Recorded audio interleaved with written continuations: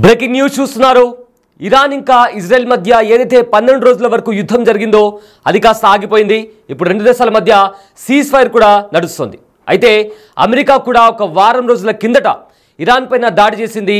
ఇరాన్కి సంబంధించిన అణు భూగర్భ కేంద్రం పైన కూడా అమెరికా దాడి చేసిన సంగతి మనందరికీ తెలిసిందే. అయితే అమెరికా దాడి చేయడానికి గల కారణం అక్కడ నిల్వ చేసి ఉంచిన యురేనియం, అంటే ఏకంగా 400 కిలోల యురేనియం ఇరాన్లో ఉన్న అణు భూగర్భ కేంద్రంలో ఉంది. అయితే ఆ యురేనియంని ధ్వంసం చేయడమే అమెరికా ప్రధాన లక్ష్యం.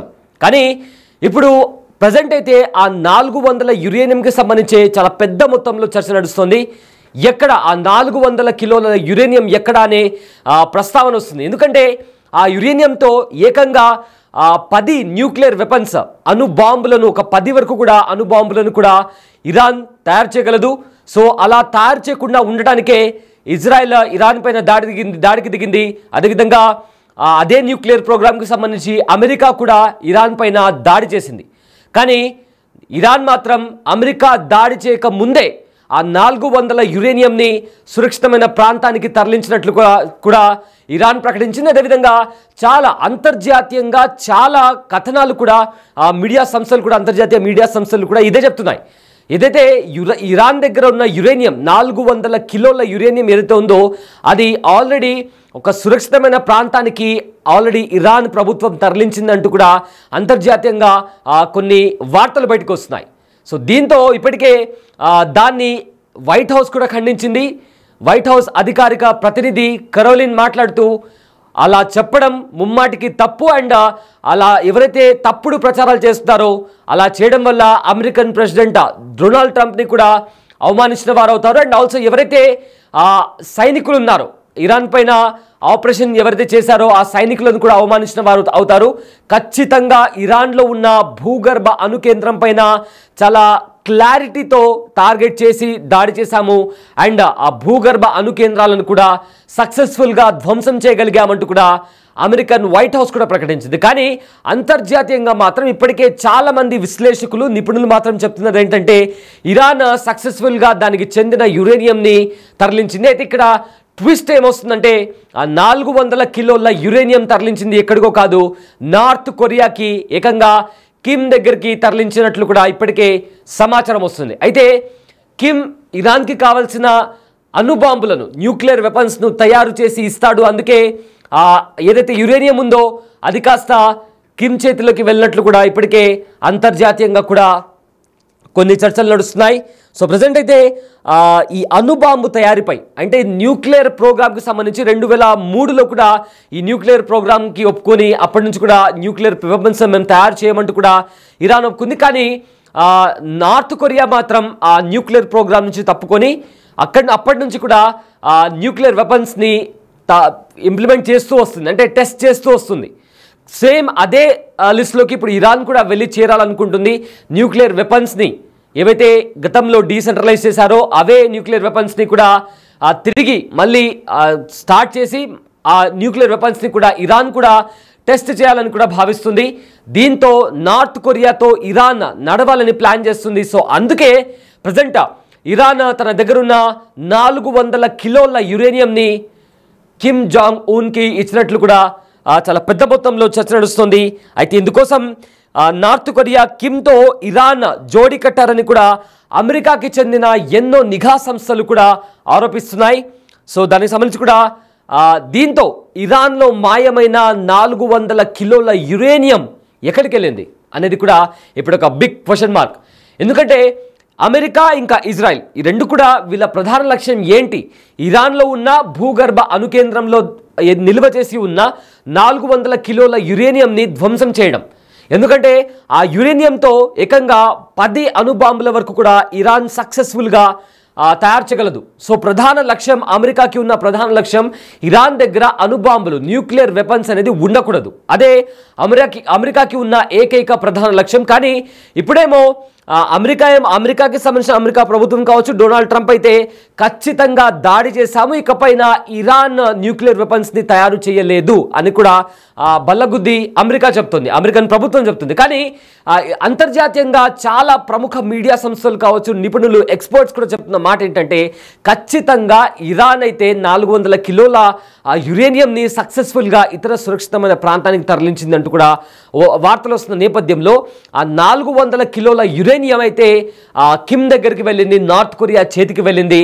సో దీంతో ఇప్పుడు ఇరాన్ నార్త్ కొరియాతో జతకట్టి ఆ న్యూక్లియర్ వెపన్స్ని తయారు చేయడమే కాకుండా సక్సెస్ఫుల్గా దాన్ని ప్రయోగించే అంటే టెస్ట్ చేసే దాంట్లో కూడా వాళ్ళు ముందుకు వెళ్తున్నారు అనే వార్తలు కూడా బయటకు వస్తున్నాయి. ఆల్రెడీ నార్త్ కొరియా అధ్యక్షుడు కిమ్ అధ్యక్షతన చాలా వరకు కూడా వాళ్ళు చాలాసార్లు న్యూక్లియర్ వెపన్స్ని టెస్ట్ చేశారు. చాలా దేశాలు కూడా, సౌత్ కొరియా లాంటి దేశాలు కూడా దాన్ని ఖండించాయి. అయినా కూడా కిమ్ పట్టించుకోలేదు, తన దారిని తన మొండి వైఖరిని తాను కంటిన్యూ చేసుకుంటూ వెళ్ళారు. సో ప్రజెంట్ అయితే అదే జాబితాలో ఇప్పుడు ఇరాన్ నార్త్ కొరియాతో జత కట్టబోతుందా అనేది కూడా ఇప్పుడు ఒక బిగ్ క్వశ్చన్ మార్క్. అయితే ఇరాన్లో మాయమైన 400 కిలోల యురేనియం అంటే ఆల్మోస్ట్ 80,000 పౌండ్ల యురేనియం ఎక్కడికి వెళ్ళింది? అంత పెద్ద మొత్తంలో ఉన్న యురేనియం ఎక్కడికి వెళ్ళింది అనేది కూడా బిగ్ క్వశ్చన్ మార్క్. అయితే ఉత్తర కొరియాకు పంపించారని కూడా అమెరికాకి చెందిన చాలామంది నిపుణులు, అదేవిధంగా చాలామంది experts and international media house కూడా చెప్తుంది, కొన్ని మీడియా హౌసెస్ కూడా చెప్తున్నాయి. అయితే నార్త్ కొరియాలో ఉన్న భూగర్భ కేంద్రానికి కూడా ఈ 400 యురేనియాన్ని తరలించారనేది కూడా ఒక వార్త బయటకు వస్తుంది.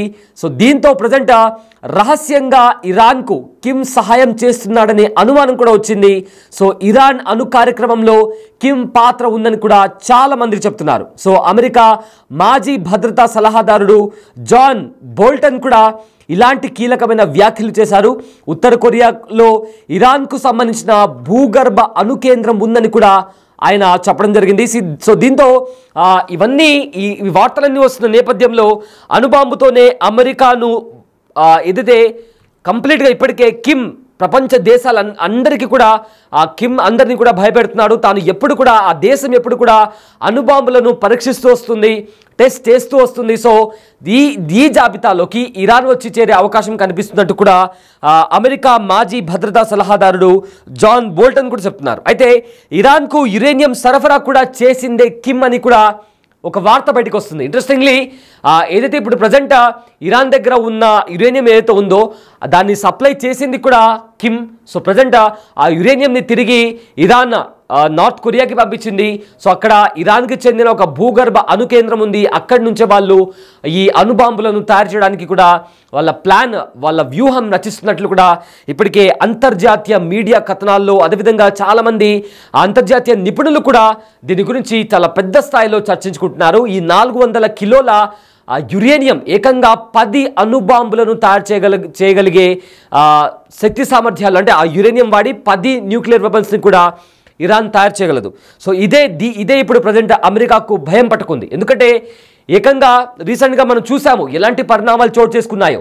ఇజ్రాయెల్ పైన ఇరాన్ దాడి చేసింది, అమెరికా సహాయం తీసుకొని కూడా మరి ఇజ్రాయెల్ దాడి చేసింది. కానీ ఇరాన్ మాత్రం కొంచెం కూడా వెనక్కి తగ్గకుండా ఇజ్రాయెల్ పైన అదే రీతిలో భీకర దాడులు చేసింది. ఇంతలా అంటే ఇజ్రాయెల్లో ఉన్న ఐరన్ డోమ్ కూడా ఇరాన్ చేసే దాడులను తట్టుకోలేకపోయింది. ఇప్పుడు ఏకంగా అమెరికా దాడి చేసిన తర్వాత ఖతార్లో ఉన్న అమెరికన్ మిలిటరీ బేస్ పైన కూడా ఇజ్రాయెల్ దాడి చేస్తుందంటే ఇరాన్ దాడి చేస్తుందంటే ఇరాన్ ఏ స్థాయిలో సిద్ధంగా ఉందో చాలా స్పష్టంగా అర్థమవుతుందంటూ కూడా చాలామంది ఎక్స్పర్ట్స్ చెప్తున్నారు. సో ఇవన్నీ డాట్స్ అన్ని కనెక్ట్ చేస్తుంటే ఒక పాయింట్ రైజ్ అవుతుంది. ఏంటంటే ఇరాన్కి చెందిన 400 కిలోల యురేనియం అనేది సురక్షితంగా వేరే ప్రాంతంలో తరలించామని కూడా ఏదైతే ఇరాన్ చెప్తుందో దాంట్లో ముమ్మాటికి 100% వాస్తవం ఉంది అంటూ కూడా చాలామంది అవే చెప్తున్నారు.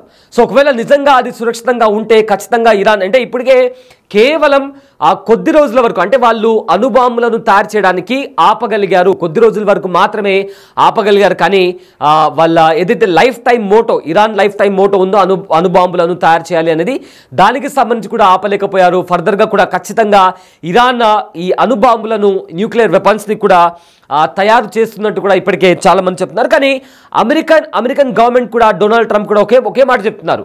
అయితే ఇప్పుడైతే మేము ఇరాన్ను ఆపగలిగాము, బట్ ఫర్దర్గా కూడా వాళ్ళు ఎప్పుడైనా ఫ్యూచర్లో ఇదే రకంగా న్యూక్లియర్ వెపన్స్ని తయారు చేయాలి అనుకుంటే అప్పుడు కూడా మేము ఖచ్చితంగా ఆపుతాము, ఆ విషయంలో మేము చూసుకుంటాము, ఇరాన్ని ఎలా ఆపాలో మాకు తెలుసు అంటూ కూడా అమెరికా ఒకటి చెప్తుంది.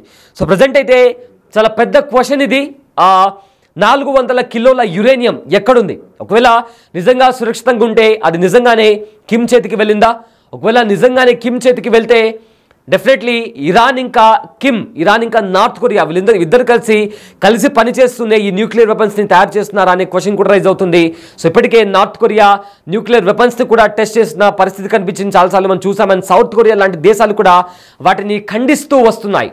సో ఇవన్నీ జరుగుతున్న నేపథ్యంలో సో ఫర్దర్గా ఏం జరగబోతుంది అనేది కూడా ఒక పెద్ద క్వశ్చన్ మార్క్. అయితే 2003లో కూడా ఈ న్యూక్లియర్ ప్రోగ్రామ్కి సంబంధించి కూడా ఇరాన్ అందులో చేరింది. అంటే మేము న్యూక్లియర్ వెపన్స్ని కూడా ఫర్దర్గా చెయ్యము అని దానికి సంబంధించి కూడా ఇరాన్ ఆ ప్రోగ్రాంలో చేరింది. కానీ నార్త్ కొరియా మాత్రం న్యూక్లియర్ ప్రోగ్రామ్ నుంచి బయటకు వచ్చేసింది. సేమ్ ఇప్పుడు అదే పద్ధతిలో, అదే దారిలో నార్త్ కొరియాతో పాటు ఇరాన్ కూడా నడుస్తుందా అనేది కూడా ఒక క్వశ్చన్ మార్క్. ఎందుకంటే ఈ 400 కిలోల యురేనియం మేము చాలా సేఫ్ ప్లేస్కి తరలించామని కూడా ఇరాన్ కుండ బద్దలు కొట్టేలా కూడా చాలా బలంగా చెబుతోంది. అయితే ఇప్పుడు నార్త్ కొరియా పేరు బయటికి రావడంతో ఖచ్చితంగా అది సేఫ్గా ఉందా? ఒకవేళ ఉంటే నార్త్ కొరియా ఇంకా ఇరాన్ కూడా ఇద్దరు కలిసి నడుస్తున్నారు. అండ్ ఖచ్చితంగా నార్త్ కొరియా ఈ న్యూక్లియర్ వెపన్స్ని తయారు చేసి ఇరాన్కు అందజేస్తుంది అంటూ కూడా చాలామంది అంతర్జాతీయంగా నిపుణులు, అదేవిధంగా అంతర్జాతీయ మీడియాలో కూడా ఇవే కథనాలు బయటకు వస్తున్నాయి.